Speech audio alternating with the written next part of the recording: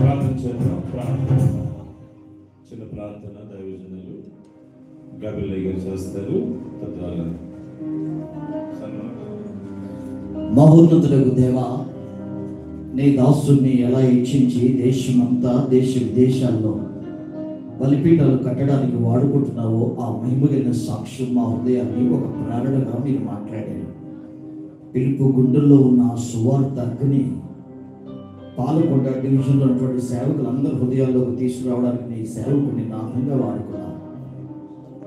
ఒక గొప్ప దైవజనుడు, అభిషక్తుడు, అపోస్తుడైనటువంటి ఎలీషా గారి యొక్క కనిష్ట కుమారుడుగా వారు ఆ గౌరవాన్ని, ఆ పరిచర్య సంబంధమైనటువంటి విషయాన్ని పొడుగుపుచ్చుకొని ఒంటరిగా దేవుని పిలుపుకు లోబడి జీవితాన్ని బలిపీఠం మీద పెట్టారు.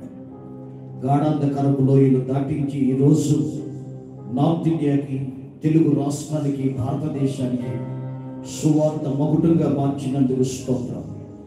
ఇది మొదలుకొని అనేక మంది ప్రశస్తమైన దైవజనులు